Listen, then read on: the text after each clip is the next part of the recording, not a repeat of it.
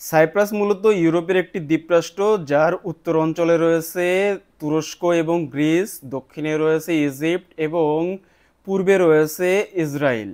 এই দ্বীপরাষ্ট্রটি ভৌগোলিক কারণে আমেরিকা এবং ইসরায়েলের কাছে খুবই গুরুত্বপূর্ণ একটা দেশ, যে কারণে মূলত ইসরায়েলের ইহুদিবাদী জনতা এই সাইপ্রাসের থেকে প্রচুর পরিমাণে জমি ক্রয় করতেছে।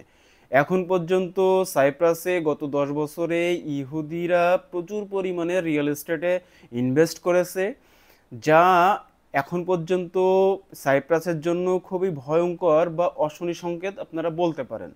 এখনই যদি সাইপ্রাস এই জিনিসটা নজরদারিতে না আনে, তাহলে গ্রিসের অবস্থা হইতে পারে প্যালেস্টাইন গাজার মতো। কিভাবে হতে পারে চলুন আমরা একটু আলোচনা করি। মূলত সাইপ্রাসে ইউরোপের যে কোনো মানুষ এখান থেকে জমি ক্রয় করতে পারে। সেখানে গোল্ডেন ভিসা নামে একটা ভিসা আছে, যে ভিসার মাধ্যমে মূলত ইউরোপের যে কোনো নাগরিক সাইপ্রাসে জমি ক্রয় করতে পারে। ঠিক এই সুযোগটাকে কাজে লাগিয়েই ইসরায়েলের যে ইহুদি বসতি গঠন করেছিল যারা জায়নবাদীরাই মূলত এখানে সাইপ্রাস থেকে প্রচুর পরিমাণে জমি ক্রয় করতেছে। সাইপ্রাসে গত 10 বছর রিয়েল এস্টেটে যে পরিমাণ ইনভেস্ট হয়েছে তার সিংহভাগই ইনভেস্ট করেছে এই ইহুদিরা। এখন এই ইহুদিরা যে এখান থেকে সাইপ্রাস থেকে জমি ক্রয় করতেছে, এই জিনিসটা সাইপ্রাসের যে রাজনৈতিক দলগুলো আছে সেই দলগুলোর দৃষ্টি আকর্ষণ করেছে। এমনকি আকেল পার্টির যে নেতা, সে নেতা সংসদে একটা বিল উত্থাপন করেছে এই মর্মে যে যত দ্রুত সম্ভব এই গোল্ডেন ভিসার সংস্কার বা এটাকে স্থগিত করে জমি বিক্রয় বন্ধ করতে হবে, না হলে সাইপ্রাসের যে ভূখণ্ড বা সার্বভৌমত্ব এটা যে কোনো সময় বিপন্ন হতে পারে। সাইপ্রাসের এই রাজনৈতিক ব্যক্তির কেন এই ধরনের উদ্বেগ, সেটা আমরা একটু পর্যালোচনা করব। এই পর্যালোচনা করতে গেলে আমাদেরকে একটু পিছন থেকে ফিরে আসতে হবে। দেখুন, তুরস্ক মূলত একসময় অটোমান সম্রাটের বা অটোমানের শাসনের ভিতরে ছিল, এবং এই অটোমানের আন্ডারে ছিল যত আরব বা মিডল ইস্ট আছে, সকল মিডল ইস্ট কান্ট্রিগুলো এই অটোমানের আন্ডারে ছিল। অটোমানের যখন খুব ভালো দিন যাচ্ছে, তখন মূলত ব্রিটিশরা এই অটোমান সাম্রাজ্যকে ধ্বংস করার জন্য বিভিন্ন ষড়যন্ত্রে লিপ্ত হয়। ঠিক তার সাথে যোগ দেয় ইহুদিরা। মূলত থিওডর হার্জেল এই ভদ্রলোক 1896 সালে জায়নিজম বলে একটা সংগঠন তৈরি করে, এবং এই সংগঠনের সদস্যদেরকে বোঝাতে সক্ষম হয় যে ইহুদিদের জন্য একটা ভূখণ্ড লাগবে যেখানে তারা স্বাধীন রাষ্ট্র গঠন করতে পারবে। এবং তারা মূলত এই স্বাধীন রাষ্ট্র গঠন করার জন্য যে ভূখণ্ডটাকে বেছে নেয় সেটা মূলত ছিল প্যালেস্টাইন। যেহেতু প্যালেস্টাইন অটোমান সাম্রাজ্য বা অটোমান সম্রাটের অধীনে ছিল, তখন থেকেই এই থিওডর হার্জেল তখনকার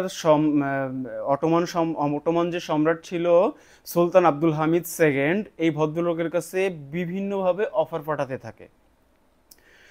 1901 সালে থিওডর হার্জেল সরাসরি সুলতান আব্দুল হামিদ সেকেন্ডের সাথে দেখা করে এবং তাকে একটা অফার দেয়। অফারটা ঠিক এমন ছিল যে উনি সুলতান আব্দুল হামিদকে বোঝায় যে আমরা যে ইহুদিরা আছি, ইহুদিরা সারা বিশ্বে ছড়িয়ে ছিটে আছি, আমাদের একটা রাষ্ট্র দরকার। সেই রাষ্ট্রের জন্য মূলত এই প্যালেস্টাইনের কিছু ভূখণ্ড আমাদের লাগবে। আপনি যদি আমাদেরকে কিছু ভূখণ্ড দেন, তাহলে আপনার রাষ্ট্রের, অর্থাৎ তখনকার অটোমান সাম্রাজ্যের যে ঋণ আছে, বিশেষ করে সোভিয়েতে এবং স্পেনে, এই ঋণ পুরোটাই আমরা জায়নিস্টরা শোধ করে দিব।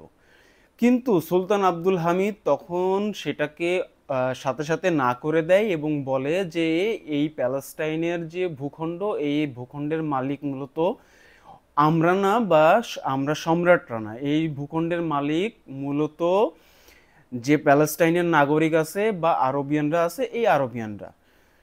যেহেতু এই জায়নিস্টরা বা থিওডর হার্জেল এই অফার থেকে কোনো কিছু অর্জন করতে পারে না, তখন তাদের যে দ্বিতীয় যে লক্ষ্য, সেই লক্ষ্য তারা অগ্রসর হয়। সেই লক্ষ্যটা ছিল এরকম যে তারা প্যালেস্টাইনের বিভিন্ন অঞ্চলে জায়নিস্ট বা ইহুদিদেরকে পাঠায় এবং ইহুদিদেরকে সেখানে জমি ক্রয় করার জন্য অর্থ প্রদান করে, এবং এই ইহুদিরা এই প্যালেস্টাইনের বিভিন্ন অঞ্চলে আসে এবং তারা যে কৃষি কাজ করবে এই মর্মে প্যালেস্টাইনদের কাছ থেকে প্রচুর পরিমাণে জমি ক্রয় করতে থাকে। একটা সময় জমি ক্রয় করতে করতে এত পরিমাণ জমি ক্রয় করে যে পুরো প্যালেস্টাইনের যে ভূখণ্ড, সে ভূখণ্ডের চারিপাশ বা বিশেষ বিশেষ যে সেন্সিটিভ জায়গাগুলো, সে জায়গাগুলো মূলত এই প্যালেস্টাইন থেকে ইহুদিরা ক্রয় করে ফেলায়। পরবর্তীতে প্রথম বিশ্বযুদ্ধের পরে যখন অটোমানের যখন পরাজয় হয়, এরপরে এই জায়নিস্টরা আস্তে আস্তে সেখানে আরো বেশি অভিবাসী বা বিভিন্ন পৃথিবীতে বিভিন্ন দেশে যে ইহুদিরা ছড়িয়ে ছিটে ছিল তাদেরকে আমন্ত্রণ জানায় এবং তারা এসে এখানে বসতি গড়ে। দ্বিতীয় বিশ্বযুদ্ধের আগ থেকেই সেখানে বিভিন্ন ধরনের দাঙ্গা শুরু হয়, বিশেষ করে এই ইহুদিরা মুসলমানদের পরে অত্যাচার চালাতে শুরু করে। দ্বিতীয় বিশ্বযুদ্ধের পরে প্যালেস্টাইন পুরোপুরি মূলত ব্রিটিশরা দখল করে নেয় এবং ব্রিটিশরা দখল করার পরে এই ইহুদিদের কাছে প্যালেস্টাইন হস্তান্তর করে। এর ভিতর দিয়ে পরবর্তীতে আমরা সেটেলমেন্টের নামে দেখেছি যে কিভাবে প্যালেস্টাইন এবং গাজার যে মানুষ তাদের বসতভিটা থেকে উচ্ছেদ করা হয়েছে এবং ইহুদিরা সেখানে একচেটিয়া বসতি স্থাপন করে এখন পর্যন্ত সেখানে প্যালেস্টাইন এবং গাজাকে নিশ্চিহ্ন করে দিয়েছে। ঠিক একই ফর্মুলা মূলত এই ইহুদিরা সাইপ্রাসের জন্য ব্যবহার করতেছে। তারা চাচ্ছে যে সাইপ্রাসের যে ভূখণ্ড, বিশেষ সেন্সিটিভ জায়গা বা মূল যে জায়গাগুলো বা গুরুত্বপূর্ণ যে জায়গাগুলো, বিভিন্ন গুরুত্বপূর্ণ অবকাঠামোর আশপাশের জায়গাগুলো মূলত এই ইহুদিরা সাইপ্রাস থেকে ক্রয় করতেছে। একটা সময় কি হবে, সাইপ্রাসের যখন এই জমি বিক্রি করতে থাকবে এবং এই ইহুদিরা কিনতে কিনতে একটা সময় দেখা যাচ্ছে সেখানে যে মূল জমি বা মূল ভূখণ্ড তার দেখা যাচ্ছে 1/4 বা 1/3 এরকম জমি যখন ক্রয় করে ফেলবে, তখন দেখা যাচ্ছে ইহুদিরা বলতে পারে যে এখানে এখন থেকে আমাদের রুলস অনুযায়ী সাইপ্রাস চলবে। ঠিক যেমনটি ইসরায়েলরা বা এই জায়নিস্টরা বলেছিল যে প্যালেস্টাইনে এখন থেকে আমাদের রুলস চলবে, এবং গত 50-60 বছর আমরা দেখতেছি যে প্যালেস্টাইন এবং গাজার মানুষের উপরে কি পরিমাণ বর্বরোচিত অত্যাচার এই ইহুদিদের দ্বারা সংগঠিত হচ্ছে। সো এখন যদি এই সাইপ্রাস যদি সতর্ক না হয়, তাহলে আমি বলতে পারি যে আগামী 20 থেকে 30 বছরের ভিতরে সাইপ্রাস হয়ে যেতে পারে ইসরায়েলের সেকেন্ড স্টেট।